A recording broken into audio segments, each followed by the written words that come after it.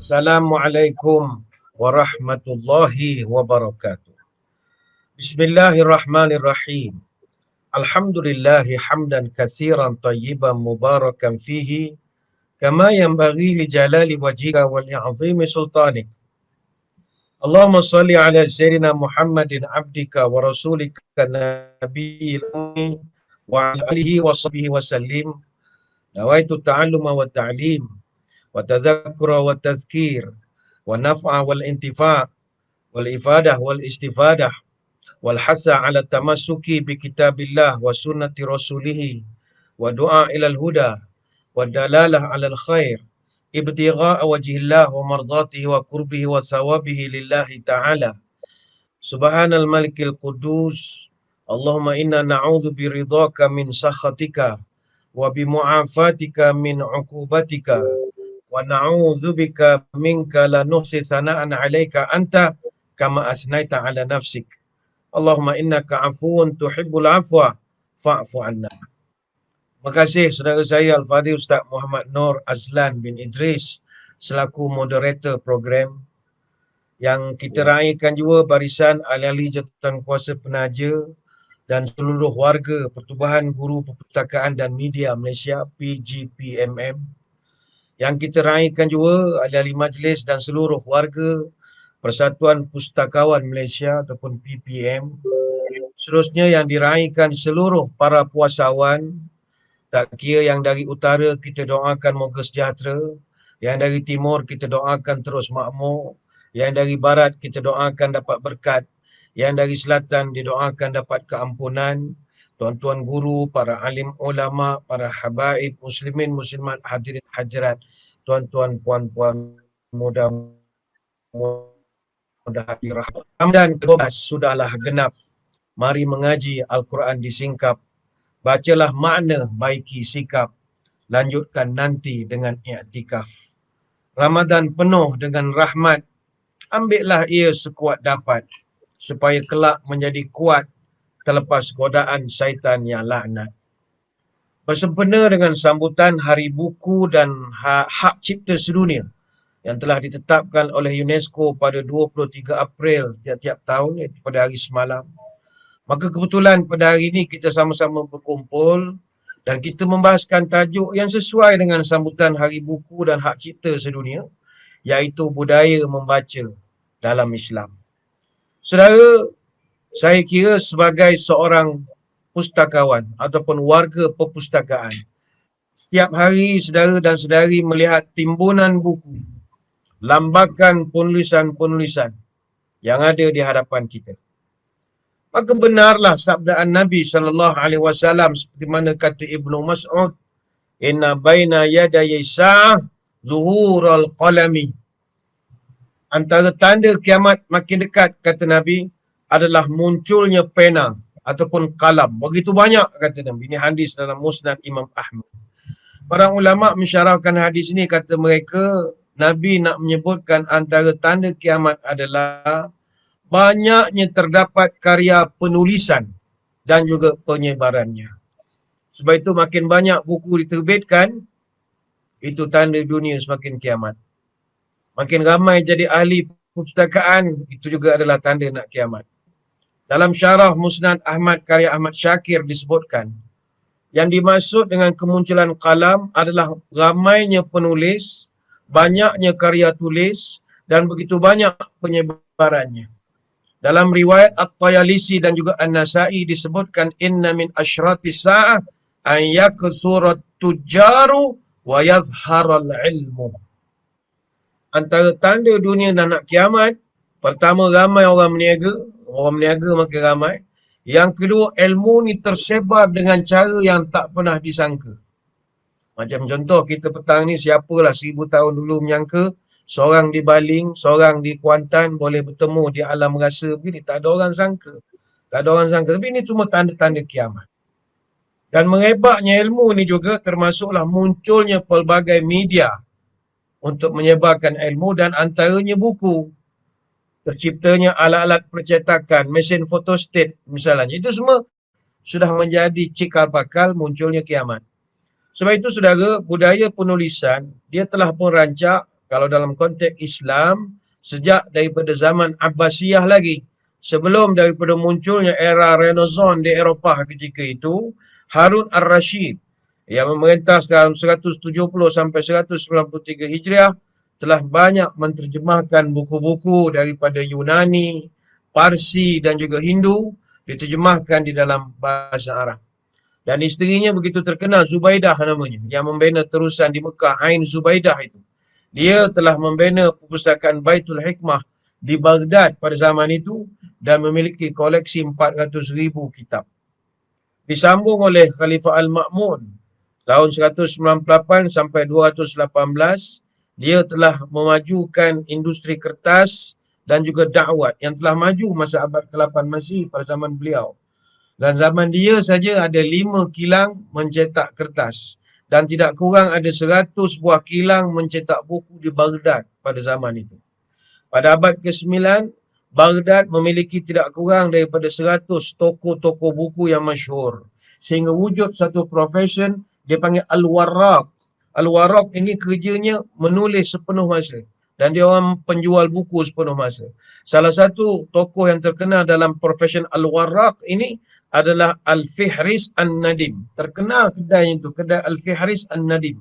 An-Nadim ni salah seorang daripada kolektor buku yang masyhur abad yang ke-10. Kedainya penuh dengan ribuan manuskrip dan kedainya itu jadi tempat pertemuan para pemikir, para penyair zaman itu. Begitu indah sekali kalau dapat kita bayangkan.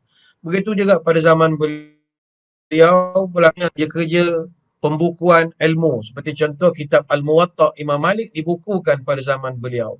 Begitu juga diwujudkan Akademi Penterjemahan Pemikiran Plato, pemikiran Aristotle. Hasilnya lahirlah para ilmuwan seperti Jabir Al-Hayyan, Yahya bin Musawwih, Hunain bin Ishaq, Abdullah bin Mukaffa dan ramai lagi. Begitu juga zaman dia kemajuan dari ilmu perubatan misalnya. Ada 34 buah hospital zaman beliau melahirkan insan-insan seperti Ar-Razi, Ibn Sina. Mereka lahir hasil daripada kepimpinan yang cinta kepada budaya ilmu, budaya buku. Begitu juga kemajuan dalam ilmu fisik, Al-Hayyan namanya lagi. Dan bayangkan perpustakaan Darul Hikmah di Kahirah ketika itu, koleksi bukunya saja mencecah 2 juta buku. Ada satu perpustakaan di Syria ada memiliki 3 juta buku. Ya, ini semua dibangunkan pada zaman kerajaan Al-Ma'mun. Saudara, kita mahu menentukan kegiatan yang sedang cicit yang tampak dulu ini. Orang saya raja sekarang ini. Kita tak nak terimbang kehebatan zaman dulu. Mari kita lihat secara real bagaimanakah kedudukan dalam konteks kita sekarang. Budaya membaca, budaya menulis, budaya mencetak buku bagaimana. Berapatan hari ini, alhamdulillah, kita tak menafikan munculnya penulis-penulis yang menulis buku sekarang ni bagaikan cendawan lepas hujan. Penulis-penulis. Barangkali keterujaan kerana banyak daripada syarikat-syarikat ataupun production house ini begitu suka mengambil dan mengangkat tema-tema cerpen untuk dijadikan drama swasta. Lalu penulis ini bagaikan cendawan lepas hujan. Dan melihat kepada jumlah buku-buku dan novel yang dalam pelbagai genre di toko-toko buku, saya percaya kita selaku orang yang suka kepada buku ni berpinar mata kita, berpusing. Banyak sangat. Kadang-kadang ada penulis muka yang sama, 5 buah buku ditulis. Susun di petak yang sama. 5 buku, 5 buku dia, posing. Posing. Penulis-penulis blog misalnya, daripada blog yang mereka tulis, kongsian yang mereka buat dalam blog, dikumpulkan jadikan buku pula, dipanggil bluk. Sekarang ni muncul pula bluk. Tapi tak nafikan ada juga berlaku pelacuran intelektual. Itu ada. Buku-buku daripada Indonesia yang diterjemahkan, ditukar saja ejaannya daripada karena kepada kerana, bahwa menjadi bahawa. Dia tukar saja, dijadikan sebagai buku terbitan daripada Malaysia. Ini pelacuran intelektual. Termasuk juga menggunakan wajah tokoh tertentu sebagai penulis kata pengantar, sedangkan penulis sebenarnya halus saja namanya. Itu pelacuran intelektual namanya. Kita membeli kerana terpandang wajah ulama itu. Rupanya yang menulis bukan ulama itu. Cuma kata-kata aluannya saja. Itu sering berlaku. Menurut kenyataan daripada Perpustakaan Negara Malaysia, trend tahunan statistik penerbitan buku mengikut Akta 331, Akta Penyerahan Bahan Perpustakaan tahun 1986, sebanyak 19,171 judul buku telah diterbitkan. Tahun lepas saja bagi tempoh Januari sampai Ogos, sebanyak 13,843 judul penerbitan telah pun diterima. Dan secara keseluruhan, kumulatif penerimaan penerbitan sejak pelaksanaan Akta 331 adalah sebanyak 259,692 judul penerbitan. Dan sekarang ni orang semakin galak menulis sebab Pertubuhan Kebudayaan, Saintifik dan Pendidikan Bangsa-Bangsa Bersatu ataupun UNESCO telah menetapkan antara kriteria negara maju adalah penerbitan jumlah judul buku setahun bagi negara tersebut adalah 1% daripada jumlah keseluruhan populasi rakyatnya. Justru Malaysia yang jumlah penduduk sekitar 32 juta, tolak warga asing gerbong-gerbak, kita kena menerbitkan minimum 27,000 judul setahun. Yang mana kita sekarang baru sekitar 20,000 judul saja setahun. Maka diwujudkan PIBN, Dana Penggerak Industri Buku Negara. Dan kita kena akui kita agak ketinggalan. Ini dalam proses lah. Kita tak kata kita teruk sangat dan tak ada kata kita terror sangat. Tidak. Di India, mereka ada 25,000 eksemplar setahun ataupun naskah setahun. Di Amerika, purata 75,000 eksemplar setahun.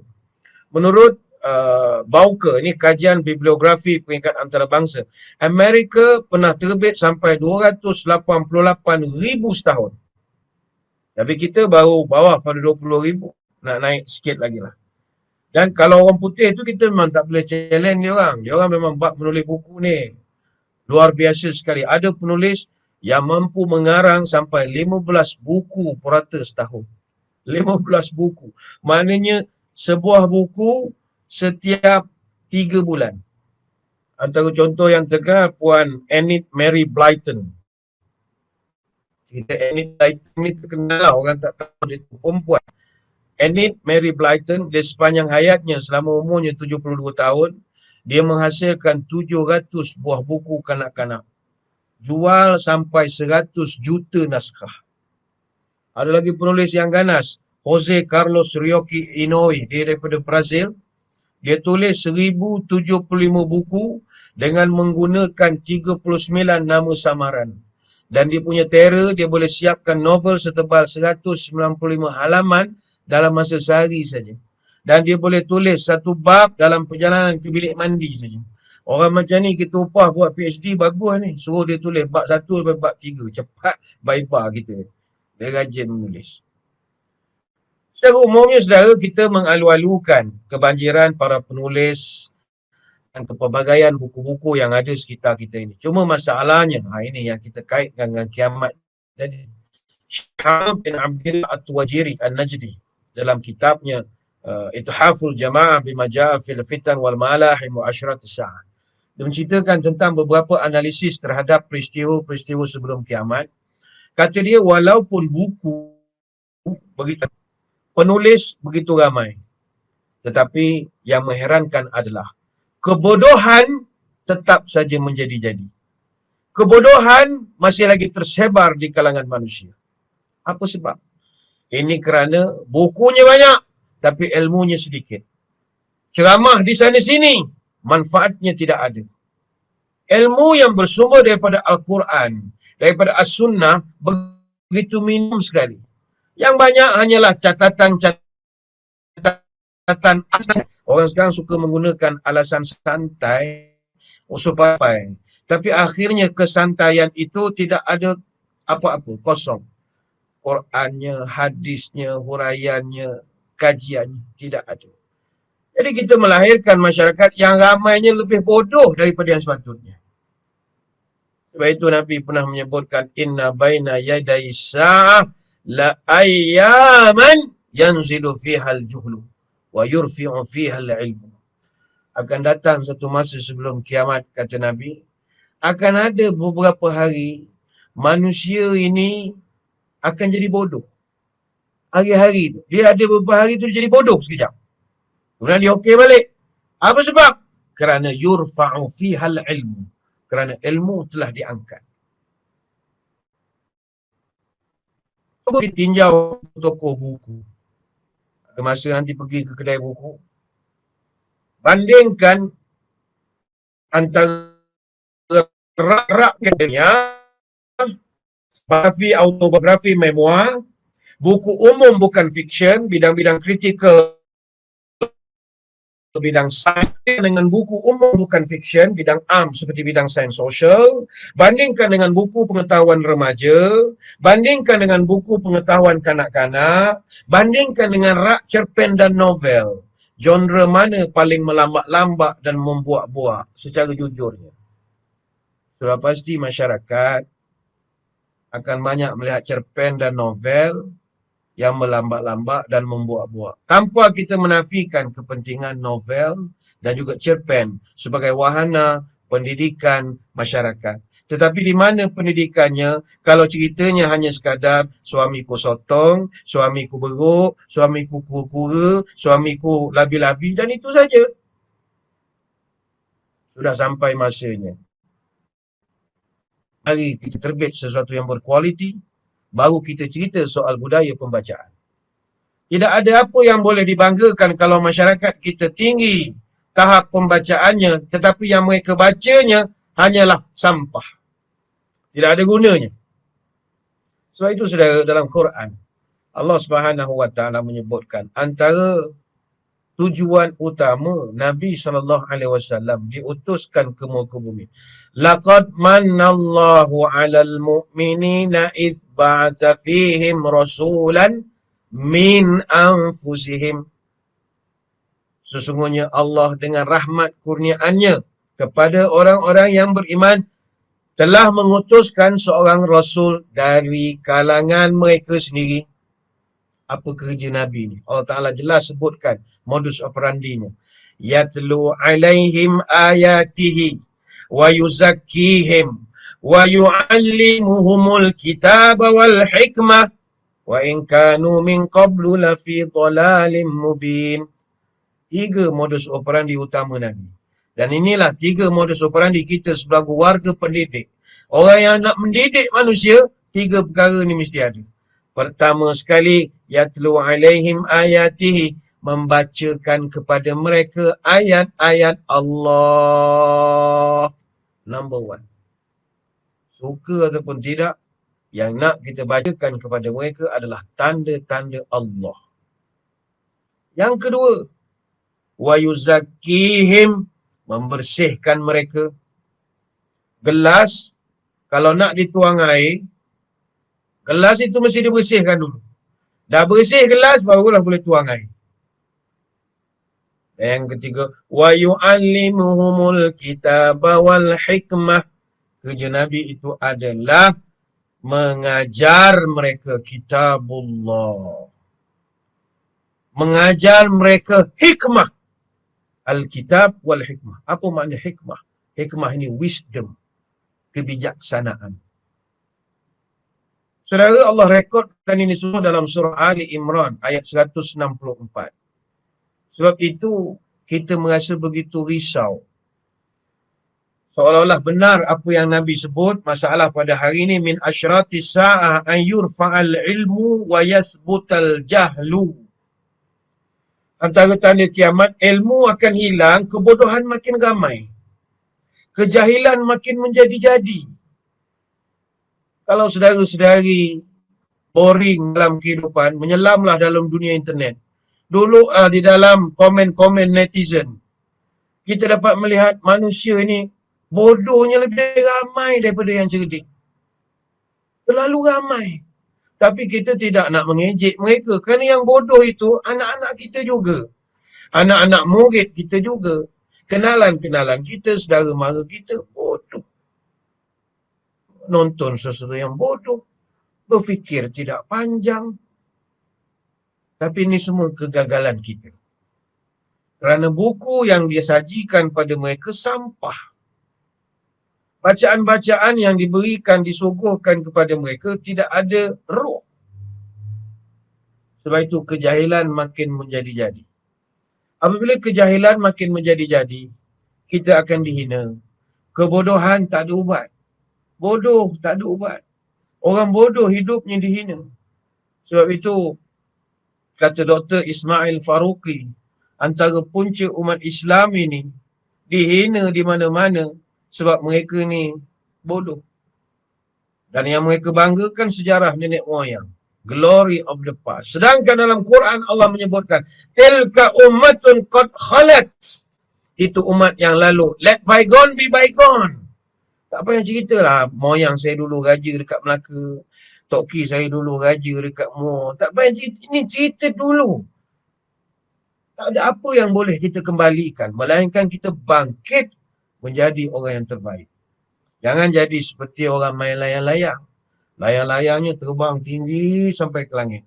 Tapi yang tukar main layang-layangnya masih berpijak di bumi. Tak ke mana-mana. Mari saudara-saudari kita buat perbandingan. Bukanlah petang ni kita nak mengeluh tanpa hujah, tanpa angka, tanpa statistik. Mari kita buat kajian. Kajian oleh Pew Research Center Forums on Religion and Public Life. Dia buat kajian The Future of the Global Muslim Population.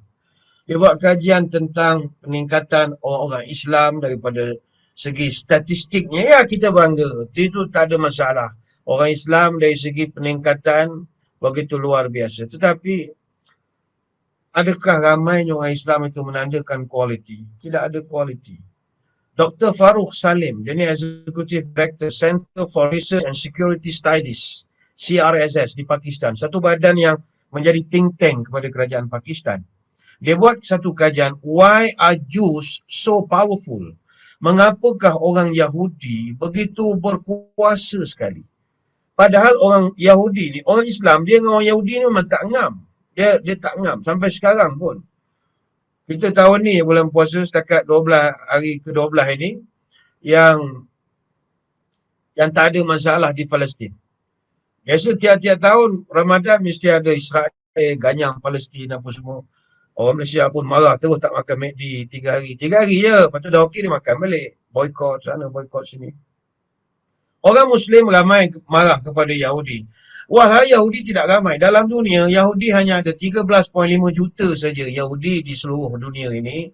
Ada 7 juta di Amerika, ada 5 juta Yahudi di Asia, ada 2 juta Yahudi di Eropah, dan ada 100,000 Yahudi di Afrika. Tapi kalau dicampur semua sekali, Yahudi 100 kali lebih berkuasa daripada orang Islam. Yang jumlahnya berbilion-bilion ini tadi. Bagaimana Yahudi yang jumlahnya tidak ramai, tetapi mereka 100 kali ganda lebih berkuasa daripada orang Islam? Why? What is the because? Mengapa ini berlaku? Jawapannya kerana orang Yahudi, sama ada saudara-saudari suka ataupun tidak, mereka adalah bangsa yang sangat maju dalam ilmu pengetahuan. Mereka sangat maju dalam bidang ilmu. Ilmu ni apa ukurannya? Ilmu ni ukurannya universiti, degree, PhD, profesor, dan juga hadiah Nobel, Nobel Prize. Ini semua ukuran kecerdikan. Saudara, sejak 105 tahun, 174 orang Yahudi telah menang 15 dozen hadiah Nobel. Mereka menang dalam bidang literature ada 13. Chemistry ada 32 orang. Bidang ekonomi ada 27 orang. Bidang fisiologi dan perubatan ada 53 orang. Bidang fizik ada 49 orang.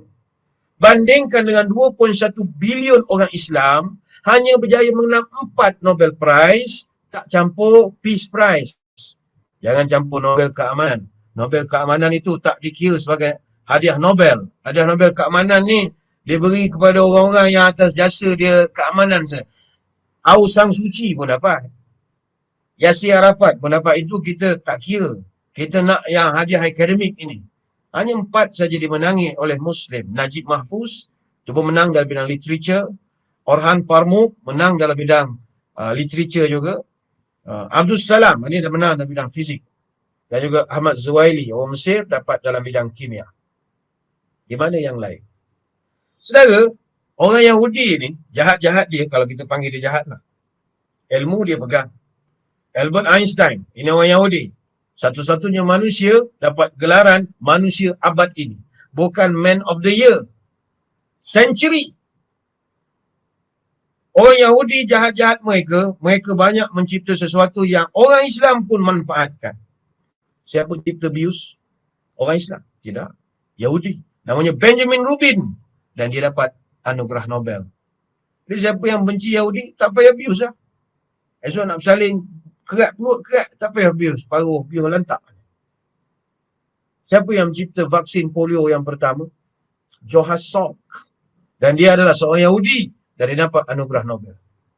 Siapa yang mencipta ubat lawan penyakit leukemia? Gertrude Leon. Dia orang Yahudi. Dan dia dapat anugerah Nobel. Siapa yang mencipta vaksin hepatitis B? Baruch Blumberg. Dia Yahudi. Dan dia dapat anugerah Nobel. Siapa yang mencipta mesin dialisis? Cuci buah pinggang. Ni ada yang menonton ni. Mungkin cuci buah pinggang ada. Siapa yang mencipta? Yang mencipta nama Wilhelm Kolff. Dan dia seorang Yahudi. Dan dia dapat anugerah Nobel. Paling basic lah ciptaan. Semua orang di kampung pun ada ciptaan ini. Apakah bendanya? Lampu isyarat. Traffic light. Siapa yang cipta traffic light? Orang Islam? Tidak. Charles Adler. Dia Yahudi. Dan dia dapat anugerah Nobel. 3 warna saja dia buat satu dunia. Percaya warna itu. Hijau jalan. Merah berhenti. Oren tekan lagi minyak. Siapa yang mencipta formula untuk besi tahan karat? Stainless steel. Bernard Strauss. Dia Yahudi. Dan dia dapat anugerah Nobel. Siapa yang mencipta mikrofon untuk telefon? Kita masa PDPR, semua mikrofon masuk cocok sana, keluar sini, macam-macam. Siapa yang cipta formulanya itu? Emil Berliner. Dan dia Yahudi. Dan dia dapat anugerah Nobel. Siapa yang cipta recorder? Alat perakam. Ni kita sedang bersiaran ni. Dalam StreamYard ni ada klik. Siapa entah klik ni record. Yang mencipta formula untuk record itu namanya Charles Ginsberg. Dan dia seorang Yahudi. Dan dia dapat anugerah Nobel. Jadi soalannya, mengapakah Yahudi begitu berkuasa? Jawapannya kerana pendidikan, pelajaran, ilmu. Kalau orang tanya mengapa umat Islam terlalu lemah, jawapannya lack of education. Dalam bahasa mudahnya, bodoh. Bahasa mudahnya, jahil. Oh, ustaz ni kasar ustaz. Ramai je orang Islam jahil. Kita bercerita soal angka. Dalam dunia, jumlah saintis, negara majoriti Islam, ada 230 saintis per sejuta penduduk. Sedangkan di Amerika, mereka ada 4,000 saintis per sejuta penduduk. Di Jepun, mereka ada 5,000 saintis per sejuta penduduk. Kalau kita kaji jumlah para penyelidik, researcher di seluruh negara Arab, penyelidik sepenuh masa ada 35,000 orang. 50 juruteknik per sejuta. Sedangkan di negara non-Muslim, mereka ada 1,000 juruteknik per 1 juta. Kesimpulannya, terimalah kenyataan kita kurang keupayaan untuk menghasilkan ilmu pengetahuan. Tadi saya sebut, ukuran ilmu adalah universiti. Kita ada 57 kurang lebih negara OIC, negara Islam. Kalau dicampur seluruh universiti yang ada dalam negara-negara orang Islam, kita cuma ada kira-kira 500 buah universiti saja. Ataupun nisbahnya 1 universiti untuk setiap 3 juta orang Islam. Sedangkan di Amerika, mereka ada 5,758 universiti and counting. Dan di India, walaupun India sekarang orang senyum sinis macam-macam, dari segi bidang pendidikan, mereka ada 8,407 buah universiti. Maka saudara-saudari, khususnya yang Islam, kita orang Islam, universiti seluruh negara Islam tak sampai 500. Walhal wahyu pertama adalah Iqra. Ingat, wahyu pertama orang Islam bukan suruh puasa. Wahyu pertama orang Islam bukan suruh pergi Mekah. Wahyu pertamanya adalah Iqra. Iqra. Bacalah. Buat research. Buat kajian. Sambung belajar. Jangan jadi bodoh. Sebab itu bagi kita yang kuat mazhab Syafi'i, pagi-pagi lagi sembahyang subuh kita doa, Allahumma hdina fi man hadait. Ya Allah, beri aku petunjuk. Artinya pagi-pagi kita dah mohon kepada Allah, jauhkan kita dari jadi orang bodoh. Bodoh tak ada ubat. Sebab itu saudara, ilmu sangat mustahak. Peri pentingnya ilmu ini, sehingga dalam Quran, perkataan al-ilmu diulang sebanyak 105 kali. Jauh lebih banyak daripada perkataan din ataupun agama yang cuma disebut sebanyak 103 kali. Kalau dikira sekali dengan kata jadian atau derivatif, perkataan ilmu disebut secara semua sekali 744 kali. Alima 35 kali. Ya'lamu 215 kali. I'lam 31 kali. Yu'lam ada campur semua ada 744 kali. Sebab itu agama Islam ni kepada rakan-rakan kita yang non-Muslim boleh share. Bagi kita orang Islam, Allah Ta'ala memang suruh kita membaca. Memang dia bukan sekadar budaya, dah kewajipan. Mesti baca. Budaya Iqra'. Sesuai tajuk kita pada petang ni, budaya membaca ni. Budaya Iqra'. Dr. Abdul Halim Mahmud, dia ni bekas Syekhul Azhar. Dia pernah mengulas surah Al-Alaq itu, ataupun Iqra' itu. Dia buat satu buku khas, nama kitabnya Al-Quran fi Syahril Quran. Al-Quran pada bulan Al-Quran. Kata dia, Iqra' ini syarat dengan makna. Syarat dengan petunjuk. Ada beberapa arahan-arahan yang Allah Ta'ala berikan kepada kita. Dan Iqra' dalam surah Al-Alaq itu kata beliau, ada 3 maksud. Iaitu secara tekstual, yang kedua secara literal, dan yang ketiga secara simbolik. Kata dia, secara tekstualnya, Allah Ta'ala dalam ayat itu 2 kali menyebut tentang tabiat membaca. Sebab itu kita kena membaca kalau nak bunuh kebodohan. Masalah masyarakat kita tak membaca. Dalam ayat Iqra' itu saja 2 kali Allah Ta'ala sebut tabiat membaca. Pertama, Iqra' bismi rabbika. Pertama. Yang kedua, Iqra' wa rabbukal akram. Ayat yang ketiga. 2 kali tabiat membaca diulang. Dan dalam ayat Iqra' juga 3 kali disebut kalimat yang berasal daripada perkataan ilmu. Alladhi 'allama bil qalam. 'Allama daripada perkataan ilmu. 'Allamal insana. 'Allama daripada perkataan ilmu. Ma lam ya'lam. Ya'lam itu juga daripada kalimat ilmu. Tak campur Allah sebut kalam ni kalam, pen. Allah sebut pen ataupun kalam yang ada kaitan dengan ilmu. Kalam ni kerja menulis, bukannya mengetuk drum, main gitar, tak. Umumnya kalam itu menulis. Yang menariknya kata beliau, selepas surah Al-Alaq diturunkan, Allah turunkan surah Al-Qalam. Selepas membaca, diturun surah Qalam, surah berkaitan pen. Dan ini adalah surah pertama yang dimulakan dengan huruf hijaiyah. Nun wal qalam wa ma yasturun. Nun. Dan inilah kata ulama, surah pertama yang mengandungi sumpah. Dan Allah pula bersumpah dengan apa? Bersumpah dengan qalam. Sumpah dengan pen. Dia penurunan Quran dengan penyusunan surah itu perkara berbeza. Ini forum yang lain lah kita bincangkan. Kata, bukan ke Al-Baqarah. Ini kena ngaji banyak. Agaklah susunan dengan apa surah yang turun itu berbeza. Itu beza. Maka bacalah secara tekstual. Mengapa kita perlu membaca? Kerana untuk dapatkan ilmu, manusia perlu membaca. Dan kalau kita kaji para ulama salafus salih, mengapakah mereka begitu jago dalam bidang ilmu masing-masing? Kerana ulama dahulu sangat kuat membaca. Luar biasa sekali. Sebagai contoh, Imam Nawawi, dia tiap hari akan membaca 12 jenis ataupun 12 disiplin ilmu sehari dia baca. Makna disiplin ilmu ni, macam kita di universiti ada fakulti. Fakulti itu disiplin. ada Fakulti Pengajian Islam. Di dalam tu adalah tafsir, ada usuluddin, ada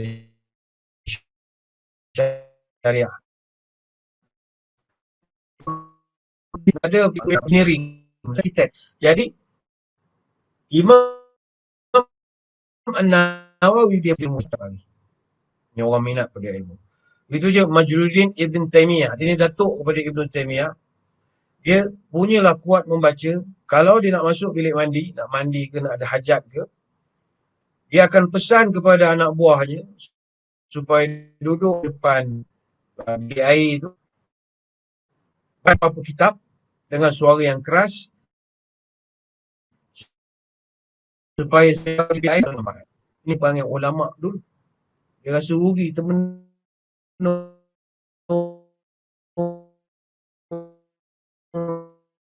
tanpa amalkan, dia tidur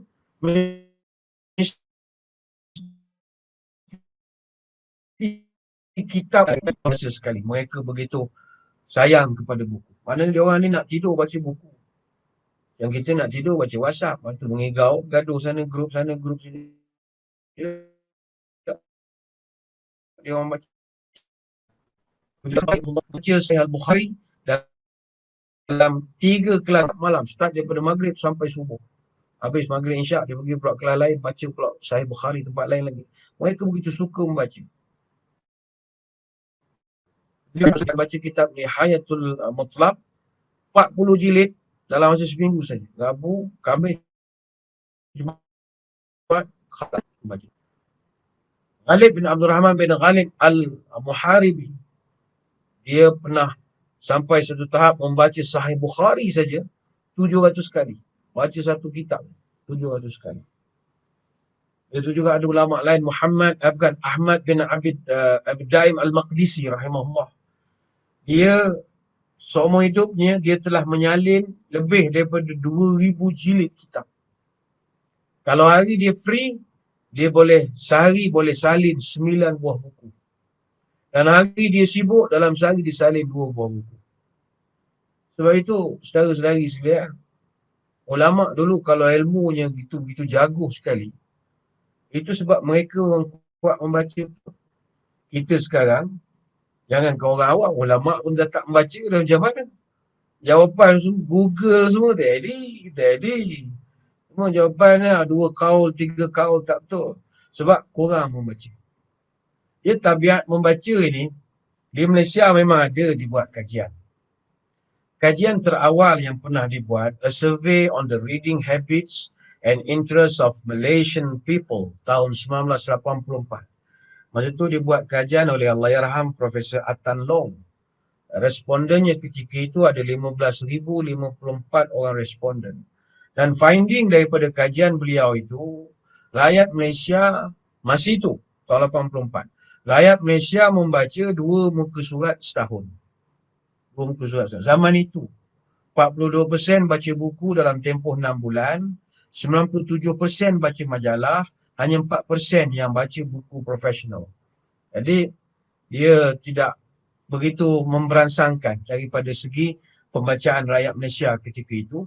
Jadi pihak kerajaan fikir macam mana nak bagi orang Malaysia ni rajin membaca. Jadi apa yang dibuat masa tu, kalau tuan-tuan perasan, cerita Hindustan, cerita Jepun zaman itu, tahun 80-an, 90-an, banyak kita beli daripada cerita-cerita luar dan kita tidak terjemahkan atau alih bahasakan.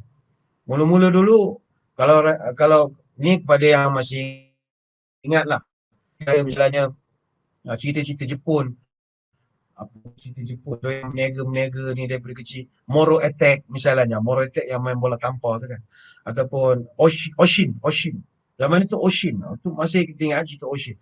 Zaman tu dia pakai alih suara masa tu arwah pelakon-pelakon yang terkenal lah, mereka yang jadikan alih bahasa daripada Jepun ke bahasa Melayu itu. Tapi selepas daripada itu, kerajaan tukar kepada sari kata. Kenapa tukar sari kata? Antara tujuan dibuat sari kata, kalau cerita Hindustan ada sari kata, tujuannya supaya rakyat Malaysia train. Kita didik, kita latih membaca. Itu kalau 2 jam tengok Hindustan, kadang-kadang bukan sebab nak tengok cerita, sebab membaca tu Juling-juling makcik-makcik di kampung baca. Kita nak didik dia orang baca. Sampai tahap itu. Kita nak bagi rakyat kita suka membaca. Tahun 2005 buat lagu satu kajian, rakyat Malaysia akhirnya sebab dah train membaca, kita baca 2 buah buku setahun. Itu dah buat kajian tahun 2005. Kemudian tahun 2014 kajian interim tabiat membaca rakyat Malaysia. Ini diusahakan sendiri oleh Perpustakaan Negara Malaysia. Ini ada perkembangan yang baik, alhamdulillah. Dapatan daripada kajian daripada Perpustakaan Negara Malaysia tahun 2014, rakyat Malaysia baca 15 buku setahun. Ada peningkatan, alhamdulillah. 39% daripada rakyat Malaysia menggunakan kurang daripada 3 jam seminggu untuk membaca. Dan hanya 8% saja yang membaca lebih daripada 14 jam seminggu. Dan dia buat kategori. Ini penting untuk kita pustakawan, ini penting sebab kita nak tahu buku yang banyak letakkan. 62.8% daripada rakyat kita dalam kajian tersebut, mereka 62.8% membaca khabar. Macam majalah. 61.2% baca akhbar. Tapi saya ingat ini kita kena kaji balik. Sebab pertama majalah pun dah menjadi benda bersejarah sekarang ni. Saya ingat payah dah cari majalah. Zaman kita dulu, zaman sekolah adalah URTB, Mangga apa semua. Sekarang ni sayuk-sayuk tak nampak. Dulu ada kedai-kedai uncle-uncle mamak India, Cina apa kan. Jalan bersusun majalah. Lama dah tak ada pemandangan tu. Saya ingat jual top up sekarang dah banyak. Dah tak ada lah. Saya ingat majalah ni orang dah tak ramai baca. Adalah majalah-majalah yang mungkin tak ada lagi orang baca majalah sekarang. Dewan Bahasa majalahnya masih kekal lagi. Tujuannya nak jadi rujukan. Majalah-majalah agama pun sayup-sayup lah. Dulu ada ngontek-ngontek suruh tulis. Dah tak ada. Dah tak ada majalah-majalah. Dah kurang. Ni kena kaji balik. Betul ke 62.8%. Tapi ni tahun 2014 dibuat kajian. Surat khabar 61.2%. Saya ingat surat khabar pun orang dah tak baca. Orang dah tak baca lah. Sebab saya tengok sekarang ni kalau mayat aksiden pun dah tak tutup surat khabar lah. Dulu kan tutup surat khabar. Sekarang ni mayat aksiden tepi jalan semua tutup dengan kain kanvas lah. Nak tunjukkan surat khabar pun tak ada lah. Dulu ada surat khabar menutup mayat. Tak ada lah. Ingat nasi lemak pun tak ada lah. Bungkusan surat khabar lah. Nasi lemak pun yang orang hantar-hantar ke masjid buka puasa tu pakai kertas minyak sekarang ni dah. Jadi 61.2% ni pun saya dah tak ada dah orang baca surat khabar. Novel dan fiksyen 47%. Buku ilmiah 54.8%. Ada tinggi sikit. Buku-buku bahan dalam talian 46.4%. Tapi saya ingat ini 2020 BC, before COVID. Lepas COVID, bahan dalam talian lagi banyak orang baca. Komik 25.3%. Dan buku yang paling serius sekali, jurnal. Jurnal ni paling tak banyak. Kurang 20%. 19% lebih kurang begitu saja. Dan kita kena terima kenyataan. Sebagai warga pendidikan, warga pustakawan, tuan-tuan kerja nak fikir macam mana orang minat membaca. Membaca di kalangan orang kita, khususnya orang Melayu ni memang susah sikit. Orang kita, dia tak berapa minat membaca. Pakai spek ramai tapi tak tahu sebab apa dia rabun. Orang pakai spek dia sebab banyak baca rasanya. Tak tahu kenapa, memang orang kita kurang baca. Sampai kau orang buat joke. Ni joke saya, kita tak kata ni data. Orang buat joke. Orang bandingkan, kalau Melayu, Cina, India, Mat Saleh. Kalau dia tu, orang sampai buat joke. Mereka kata, orang putih kalau duduk seorang, apa dia buat? Mat Saleh kalau duduk seorang, dia membaca. Tuan-tuan kalau tengok orang putih, mana main telefon macam orang kita? Tak ramai lah, tak ramai. Orang putih, kalau macam kita tengok dia dalam kapal terbang, dia dekat airport, dekat penambang bot ke apa ke, dia orang suka membaca. Pegang buku, dia baca. Mat Saleh dia banyak buku berbanding dengan main gadget. Orang kita kan juling-juling, mata, spek semua atas dahi semua. Lala dahi dia lebih cerah daripada mata dia esok. Penuh, bukan spek mata, spek dahi panggil, main telefon. Orang putih tak, dia suka membaca. Kalau seorang, dia baca. Orang putih kalau berdua boleh buat. Orang putih kalau dia berdua, dia akan seorang dia membaca. Kalau dua dia travel, dia mengembara.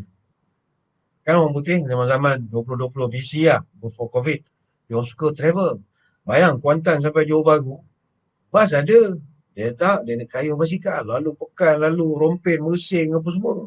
Lalu Jemal Luang, kona-kona. Kayu basikal. Ni Mak Saleh ni bukan. Tapi mereka kalau bertiga apa dia buat? Mak Saleh, orang putih kalau bertiga, dia jajah negara orang. Tu perangai orang putih. Daripada dulu. Macam orang Melayu, kita ni bukan nak menghina bangsa sendiri. Tidak, orang Sabah. Orang Melayu kata orang yang orang buat joke lah. Kalau seorang boleh buat. Orang Melayu kalau seorang, dia tidur. Ni sedang menonton ni. Saya ingat berapa ramai yang terlelap 2-3 kali lah. Dia tak boleh, dia tidur. Kalau berdua, apa dia buat? Berdua dia membawang, dia mengumpat. Asal bertiga apa dia buat? Asal bertiga dia kenduri. Dia tak boleh ramai-ramai. Sebab itu orang kita jarang kalau nak berjumpa ramai-ramai, mesti ngeteh. Mesti jumpa di restoran, datang ke rumah minum air. Jarang, jom malangkan jumpa kat mana? Kita jumpa kat perpustakaan. Jarang. Kita jarang perpustakaan menjadi tempat kesukaan untuk berkumpul. Biasanya orang berkumpul di kedai mamak, di coffee house, di Starbucks misalnya. Kita, budaya kita. Sebab itu, budaya membaca masih lagi rendah di kalangan masyarakat kita. Bandingkan dengan orang putih, tak terlawan je kita. Orang putih dia punya kuat baca tuan-tuan. Kita share lah ya. Lord Thomas Babington Macaulay. Dia ni seorang sejarawan British. Begitu juga ada seorang nama Thomas Hearne. Dia ni seorang kolektor buku yang terkenal. Dia orang ni zaman dulu ni suka membaca. Sampai dia jalan kaki ni sambil membaca. Baca jalan kaki. Sampai hari gelap. Baca kerja. Sampai ada masa tersesat. Tak tahu ada terlampau galib membaca. Saya nak kongsi dengan tuan-tuan pada petang ni. Kita ada masa sikit ni. Ada satu kajian tentang bibliohism. Bibliohism ini tentang tabiat membaca. The Literary Addiction. Buku ini Tom Raby tulis. Dia nuliskan tentang gelagat manusia dalam budaya membaca. Ini saya nak share dengan tuan-tuan. Orang yang suka beli buku, suka baca buku, suka simpan buku. 3 golongan ni dipanggil biblioholic. Macam tuan-tuan yang pustakawan ni semua, biblioholic semua ni. Biblioholic. Beli buku, baca buku, simpan buku. Biblioholic. Biblioholic ini ada 2 jenis kategori biblioholic. Pertama, bibliophile. Yang kedua, bibliomania.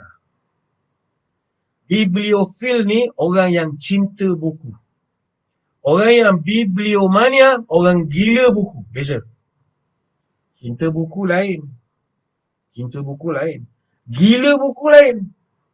Kita jangan jadi yang kategori kedua. Gila buku. Kita cinta buku. Orang yang bibliophile, cinta buku ni, dia memang kolektor lah. Dia suka buku. Ada satu orang English book collector abad ke-19, Sir Richard Haber. Dia memiliki 8 buah rumah banglo, yang mana rumah ini dia tak duduk pun. Penuh dengan buku saja. Dia ada 2 rumah di London, 6 rumah di Eropah. Semuanya buku je, dia tak duduk. Dia terlalu suka buku. Ini orang cinta buku. Itu macam tuan-tuan pustakawan, mestilah rumah penuh dengan buku. Penuh rak buku. Jadi kalau pustakawan rumah tak ada buku, berhenti je lah jadi pustakawan. Rumah penuh pinggan. Apa benda pustakawan gitu. Masuk-masuk, tak apa pinggan. Tak betul. Kita orang yang minat kepada buku, first impression orang tahu buku. First impression, dia ni minat buku. Minat buku. Lepas tu kalau ada setengah ustaz, dia buat live, YouTube ke apa ke, background dia semua kitab. Tak tahulah dia baca ke tidak. Kitab tu sebab Mesir memang beli timbang kati ke kitab ni. No kitab. Nunjukkan dia suka baca. Tak apa, tak ada masalah. Tapi jangan jadi bibliomania. Bibliomania ni dia gila buku. Orang yang gila buku, dia ada beberapa penyakit kegilaan kalau dia dah gila buku. Pertama, dia panggil bibliotaph. Bibliotaph ini Tak tahulah kok tuan-tuan perempuan ada penyakit ni. Bibliotaf ini dia minta diwasiatkan supaya nanti dia mati dikebumikan bersama dengan buku dia. Bukan buku dia, buku yang dia suka lah. Bibliotaf. Contohnya John Stewart Harper. Dia pernah wasiat supaya dikebumikan bersama dengan buku The Heritage of Hiroshige, A Glimpse at Japanese Landscape Art. Buku ni tiba-tiba jadi mahal. Orang buru pula. Sebab dia wasiat tanam dengan buku itu. Mungkin kita cinta sangat kepada buku apa misalnya. Cinta buku misal The Poison Tree. Jadi kita pesan kepada anak cucu kita, Aki mati, Tok Ki mati, Abah mati esok, tanam dengan buku ni contoh. Jangan tanam buku pemata yang hilang, sudahlah. Itu nampak dengan itu tahu ya. Gila yang kedua, gila buku ni bibliokas. Bibliokas ini orang yang dia sayang buku tapi dia suka merosakkan buku itu. Ataupun dia mengoyakkan halaman-halaman tertentu pada buku itu untuk nak buat kapal misalnya. Ataupun dia mengoyakkan buku yang tebal, dia kerat dua supaya senang dia nak bawa. Dan ini penyakit orang akademik. Yang menghancurkan buku antaranya Mary Shelley. Dia ni penulis buku Frankenstein. Dia baca satu buku, dia hancurkan. Gila. Charles Darwin misalnya, dia suka koyak halaman-halaman tertentu pada buku.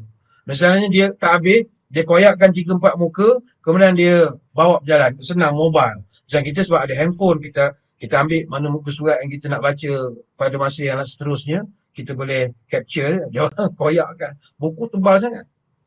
Bila Charles Darwin, dia suka buku yang tebal tu, dia koyak dua, dia akan bawa sebab senang nak bawa katanya. Ataupun penyakit ketiga yang gilanya, bibliofagi. Bibliofagi ni dia makan buku. Mungkin tidak ada pada kita, tapi wujud pada orang yang terlalu bibliomania. Gila buku sangat. Dia makan buku. Contohnya Isaac Volmar. Dia pernah makan buku mentah-mentah. Theodore Rinking, abad ke-17. Dia makan buku, cicah sos tomato. Di Malaysia belum ada orang makan buku. Makan tisu saya pernah dengar. Terlampau miskin, tak ada job zaman itu. Makan tisu cicah kicap. Ada tak tahu betul ke tidak cerita ni. Sebab dia kerap nak buat lawak, kita pun tak tahu betul ke tidak. Orang Melayu dulu percaya makan buku ni. Percaya. Nak bereza, dia rebus buku, dia minum air rebus tu. Ni cerita dulu lah. Kegilaan yang keempat, biblionarsis. Biblionarsis ni kegilaan orang membeli buku sebanyak-banyaknya, tapi niatnya hanya untuk bermegah. Dia order online lah, ya Allah, berkotak-kotak, bersusun almari penuh buku. Tapi membaca haram sekali. Dia niat nak memegah saja. Itu dipanggil biblionarsis. Narsis ni ambil daripada perkataan Narcissus. Asal daripada cerita Yunani kuno. Narcissus ni, cerita legenda. Dia cinta kepada kehansaman diri dia sendiri. Dia duduk tepi kolam. Dia nampak bayang-bayang muka dia. Dia terkejut. Lawanya. Dia jatuh cinta. Rupanya tu bayang-bayang dia. Akhirnya dia cinta sangat. Dia sampai berubah jadi bunga narsis. Itu yang orang panggil biblionarsis. Perkataan Narcissus tu. Yang keempat. Yang kelima, bibliokriminal. Orang yang membunuh kerana buku. Tahun 1836, Don Vicente, dia pernah bunuh 8 orang sebab dia nak beli buku First Ordination de Valencia. Buku yang begitu rare, berusia 3,5 abad buku tu. Sanggup membunuh. Ini dah gila, bibliomania yang ketiga.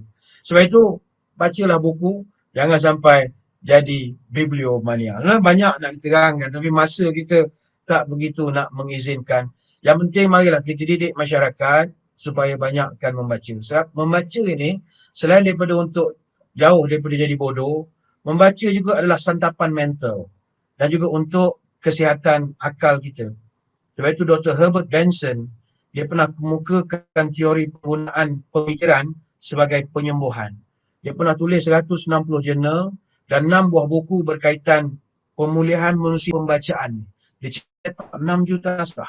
Di barat Yorkshire, di Kirklees, dia buat satu tempat, kaedah penyembuhan dipanggil biblioterapi. Ni saya ingat pustakawan boleh buat sebenarnya. Biblioterapi ni khusus untuk orang yang menderita depression dan juga stres. Dia hospital combine dengan library sebab kita tak sedar secara emosi, bila kita membaca, emosi kita akan bertindak. Jadi kita akan misalnya baca buku Anthony Robbins, kita akan jadi bermotivasi. Kita akan tersentuh dan hanyut dengan alam pembacaan bila membaca karya-karya Pramodia Anantatur misalnya. Jadi membaca boleh menjadikan kita ni selamat dan sembuh daripada beberapa penyakit mental. Khususnya dalam suasana pandemik ini ramai yang gila. Nabi minta doa, "A'udzubika minal baras wal junun wal juzam wa min sayyi'il asqam." Ya Allah, jauh aku daripada penyakit-penyakit dan penyakit gila. Artinya pandemik dan kegilaan itu tak boleh dipisahkan. Jadi dengan banyak membaca insya-Allah ilmu dapat, gila pun boleh dijauhkan dan kita boleh membunuh masa lah dengan banyak membaca. Banyak terang tapi masa tak izinkan. Ustaz kita pun dah muncul di skrin. Jadi saya sekadar itu, terima kasih di atas undangan. Mohon maaf sebarang kekurangan. Kepada kesempatan kepada seluruh ahli-ahli jawatankuasa penaja dan warga Pertubuhan Guru Perpustakaan dan Media Malaysia PGPMM dan seluruh ahli-ahli majlis dan warga Persatuan Pustakawan Malaysia. Selamat berjuang mencerdikkan rakyat kita. Mudah-mudahan usaha kita ini mendapat balasan yang baik dari Ilahi. Wallahualam.